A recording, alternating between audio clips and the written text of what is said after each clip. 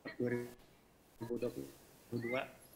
Penghargaan ini harus meningkatkan corporate image dan corporate brand awareness kami, serta meningkatkan kinerja perusahaan sehingga kami akan mampu bersaing lebih di dalam persaingan bisnis di Indonesia. Kami juga mengucapkan terima kasih kepada pemegang saham, stakeholder kami, serta seluruh nasabah serta karyawan atas dukungan dan kepercayaan yang diberikan kepada Bank Kalsel, mengajak kami untuk memberikan layanan terbaik sesuai dengan tagline kami, setia melayani, melaju bersama. Demikian yang saya sampaikan. Terima kasih sekali lagi atas penghargaan ini. Assalamualaikum warahmatullahi wabarakatuh. Waalaikumsalam warahmatullahi wabarakatuh. Terima kasih Bapak Syahrizki Kurniawan selaku PLT Kepala Divisi Sekretaris Perusahaan Bank Pembangunan Daerah Kalimantan Selatan.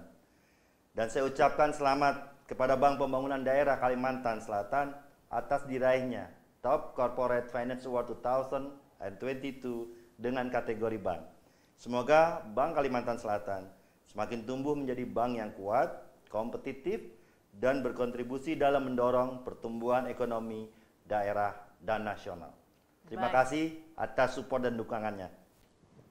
Kita akan abadikan momen spesial ini. Silahkan berikan pose kemenangan.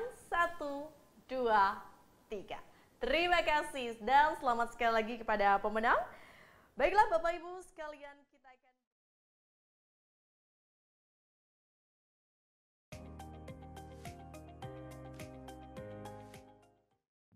Dalam menjalankan kegiatan usahanya sebagai perusahaan asuransi umum, PT Asuransi Tripakarta Tripa yang didirikan pada 21 Agustus 1978 oleh Insan Bank Negara Indonesia senantiasa menunjukkan kemajuan yang signifikan hingga berhasil menjadi perusahaan asuransi yang sehat, kokoh dan terpercaya yang diperkuat oleh sumber daya manusia yang profesional, sistem pelayanan terintegrasi, penerapan teknologi informasi terkini, serta kerjasama harmonis dan mutual dengan para mitra usaha, baik dari dalam maupun luar negeri.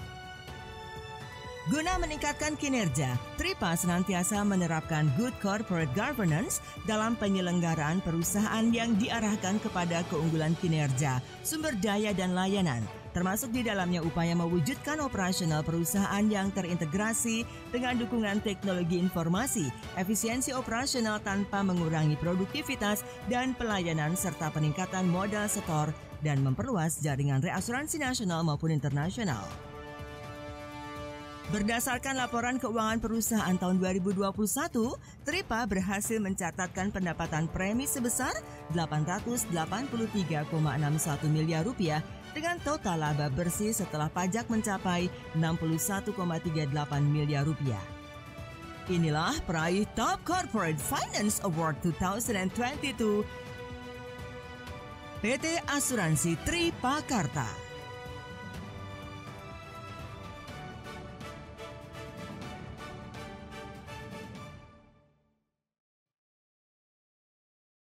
Kami ucapkan selamat kepada PT Asuransi Tripakarta selaku peraih penghargaan Top Corporate Finance Award 2022 kategori asuransi. Kami persilahkan kepada Bapak Kun Yulianto selaku Direktur Utama PT Asuransi Tripakarta untuk memberikan sambutan. Assalamualaikum warahmatullahi wabarakatuh. Selamat siang, salam sejahtera untuk kita semuanya.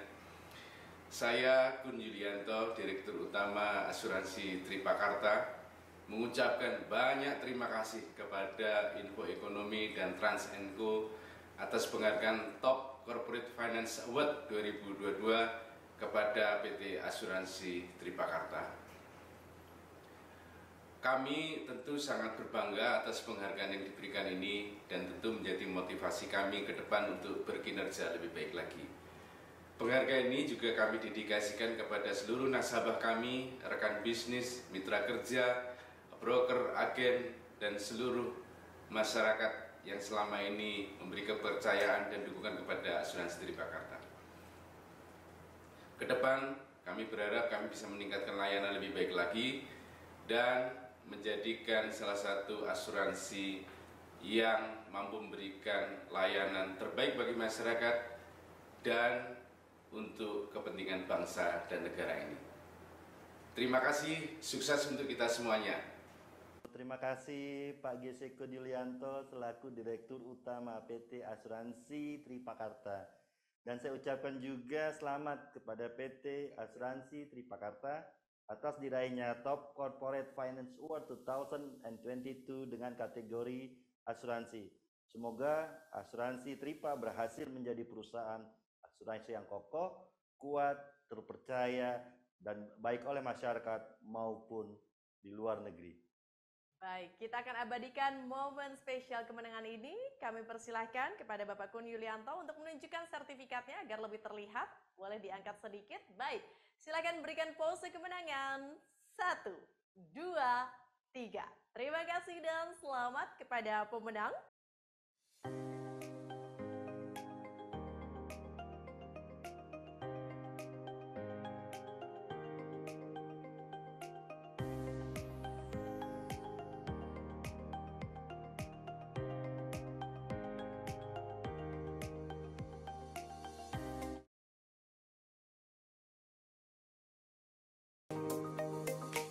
Peraih Top Corporate Finance Award 2022 selanjutnya adalah perusahaan yang bergerak di bidang asuransi jiwa ini memulai bisnisnya pada 22 Oktober 2016 dan masyarakat luas mengenalnya dengan nama Bhinneka Life Indonesia.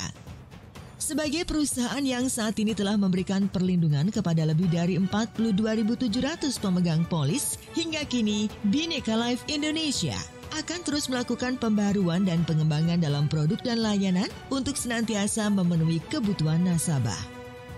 Dengan visi menjadi perusahaan asuransi jiwa kebanggaan Indonesia, Bhinneka Life Indonesia berkomitmen menjaga bumi pertiwi dan insan manusia yang ada di dalamnya, sebagaimana memberikan perlindungan kepada nasabah dan keluarga, serta melayani sesama dengan sepenuh hati. Hal ini dilakukan untuk membangun dan menjaga masa depan bersama, mewujudkan mimpi menjadi kenyataan dan harapan menjadi keberhasilan melalui jalinan persatuan dalam keberagaman sebagai kekuatan terindah berdasarkan kebaikan yang hakiki.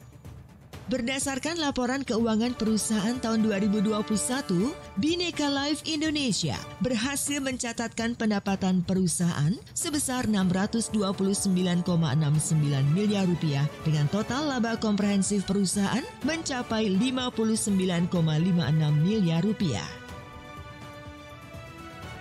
Hadirin sekalian, inilah peraih Top Corporate Finance Award 2022 PT Bhinneka Life Indonesia.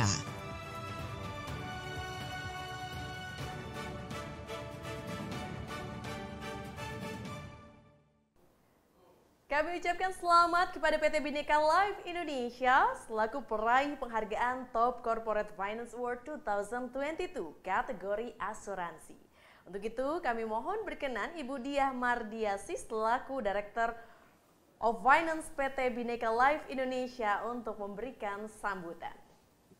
Assalamualaikum warahmatullahi wabarakatuh. Kepada yang terhormat Bapak Arif Munajat, CEO Info Ekonomi ID, Bapak Tri Raharjo, CEO Trans & Co Indonesia, beserta seluruh jajaran manajemen dan pimpinan redaksi infoekonomi.id dan Trans & Co Indonesia. Saya mewakili seluruh jajaran manajemen beserta karyawan Bhinneka Life mengucapkan terima kasih banyak atas kepercayaan dan apresiasi yang diberikan oleh infoekonomi.id kepada Bhinneka Life melalui penganugerahan penghargaan Top Corporate Finance Award 2022 for Insurance kategori.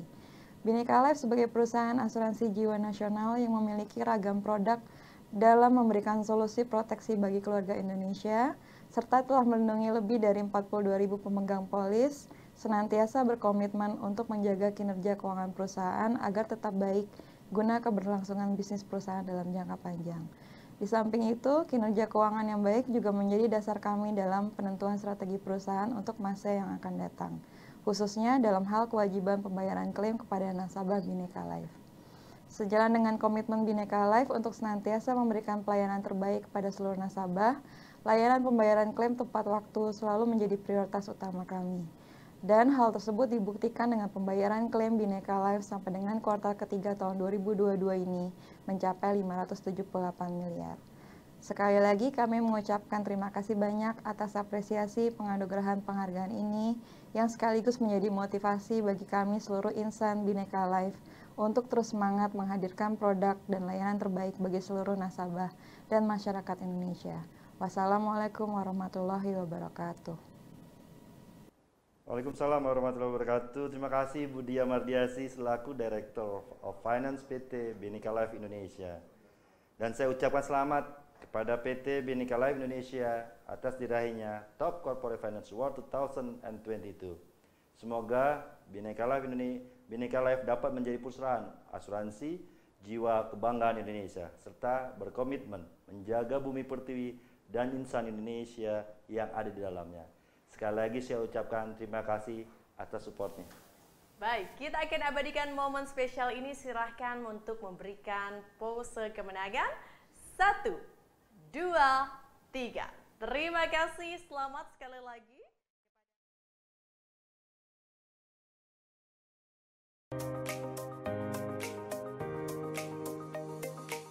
Peraih Top Corporate Finance Award 2022 adalah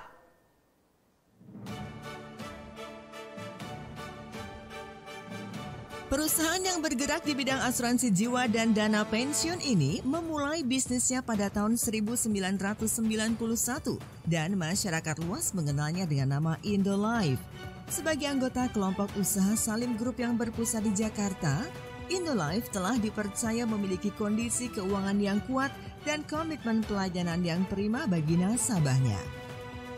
Beroperasi atas dasar prinsip kehati-hatian dan soliditas manajemen yang arif, Indolife berkembang dan bertahan di dalam kancah kompetisi lembaga keuangan yang ketat.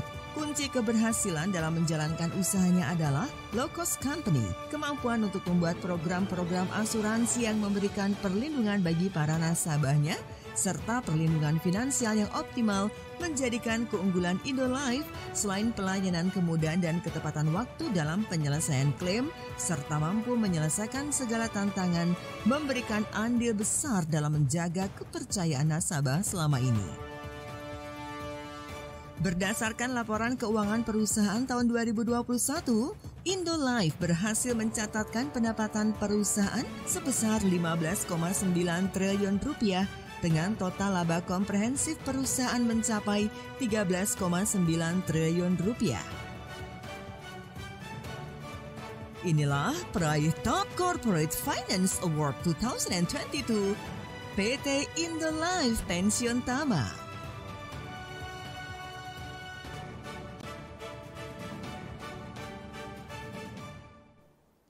Kami ucapkan selamat kepada PT Indolife Pensiun Tama, peraih penghargaan Top Corporate Finance Award 2022 kategori asuransi. Dan kami persilahkan kepada Bapak Juli Priyatno selaku Direktur PT Indolife Pensiun Tama untuk memberikan sambutan. Yang kami hormati Bapak Arif Munajat dan Bapak Tri Raharjo dan seluruh tamu undangan yang hadir dalam acara ini. Assalamualaikum warahmatullahi wabarakatuh. Shalom, Om Swastiastu, Namo Buddhaya, salam kebajikan, salam sejahtera bagi kita semua. Pertama-tama kita panjatkan puji syukur kepada Tuhan Yang Maha Esa, karena walaupun masih secara daring, kita tetap dapat dipertemukan pada kesempatan yang berbahagia ini dalam acara penghargaan Top Corporate Finance Award 2022 yang diselenggarakan oleh redaksi infoekonomi.id dan Trans&Co Indonesia. Bapak Ibu yang kami hormati, pada masa pemulihan ekonomi akibat pandemi COVID-19 seperti saat ini, cukup banyak tantangan industri asuransi alami. Kami bersyukur karena Indolife berhasil mencatat peningkatan kinerja keuangan dan berhasil mengupayakan digitalisasi dalam corporate brand awareness dan corporate image. Upaya-upaya tersebut tentunya untuk menghadirkan produk dan layanan terbaik bagi para nasabah dan seluruh pemangku kepentingan. Kami berterima kasih atas penghargaan yang diberikan dan kami harap penghargaan ini membuat Indolife semakin termotivasi dalam meningkatkan kinerjanya. Sekali lagi, saya ucapkan terima kasih kepada para peserta yang hadir dan panitia yang telah bersama-sama menyukseskan acara ini. Saya berharap kita semua dapat terus berkarya dan berkontribusi positif dalam mencapai tujuan perusahaan secara keseluruhan. Terima kasih. Wassalamualaikum warahmatullahi wabarakatuh.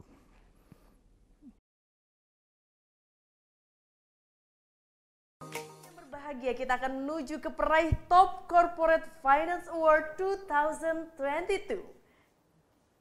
Dan ini dia. Sebagai anak perusahaan PT Taspen Persero yang berdiri sejak tanggal 26 Februari 2014, PT Asuransi Jiwa Taspen yang lebih dikenal dengan nama Taspen Life ini menyediakan beragam solusi produk asuransi jiwa kumpulan dan individu yang memiliki manfaat proteksi jiwa, perencanaan masa depan dan hari tua, dana pendidikan, serta asuransi penyakit kritis.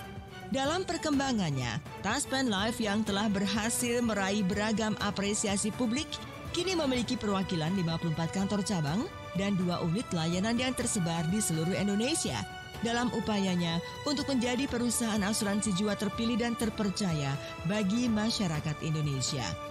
Berdasarkan laporan keuangan perusahaan tahun 2021, Taspen Life berhasil mencatatkan pendapatan perusahaan sebesar 1,67 triliun rupiah dengan total laba komprehensif perusahaan mencapai 63,14 miliar rupiah.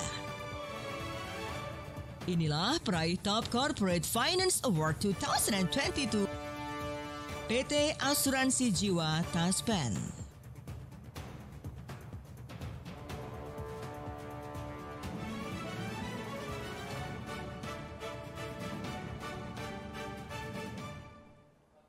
Kami ucapkan selamat kepada PT Asuransi Jiwa Taspen selaku peraih penghargaan Top Corporate Finance Award 2022 kategori asuransi. Untuk itu kami mohon berkenan Bapak Ibnu Hashim selaku Direktur Utama PT Asuransi Jiwa Taspen untuk memberikan sambutan. Terima kasih. Selamat siang pada rekan-rekan dari Info Ekonomi dan Trans&Co dan Bapak Ibu semua penerima award siang ini. Assalamualaikum warahmatullahi wabarakatuh. Selamat siang, sejahtera untuk kita semua. Pertama-tama kita panjatkan puji dan syukur kehadirat Allah Tuhan Yang Maha Kuasa. Pada hari ini kita dapat menghadiri acara penganugerahan award di Top Corporate yang diberikan oleh Info Ekonomi. Terima kasih atas penghargaan Top Corporate Finance Award 2022 yang diberikan kepada kami Taspen Life, di mana kita mengetahui di tahun 2022 merupakan tahun yang menjadi tantangan bagi industri asuransi jiwa. Dengan ini membuktikan bahwa Taspen Life berhasil memberikan kinerja terbaik untuk capaian keuangan yang positif. Apresiasi ini diberikan kepada Taspen Life sebagai dasar motivasi kami untuk terus memberikan pelayanan terbaik dan meningkatkan pelayanan bagi seluruh nasabah dan stakeholder kami. Terima kasih, selamat siang. Wabillahi taufiq wal hidayah. Assalamualaikum warahmatullahi wabarakatuh. Waalaikumsalam warahmatullahi wabarakatuh. Terima kasih Pak Ibnu Hashim selaku Direktur Utama PT Asuransi Jiwa Taspen. Dan saya ucapkan selamat kepada PT Asuransi Jiwa Taspen atas diraihnya Top Corporate Finance Award 2022 dengan kategori asuransi. Semoga Taspen Life dapat menjadi perusahaan asuransi jiwa terpilih dan terpercaya bagi masyarakat Indonesia. Terima kasih atas support dan dukungannya Bapak Ibnu Hashim. Iya.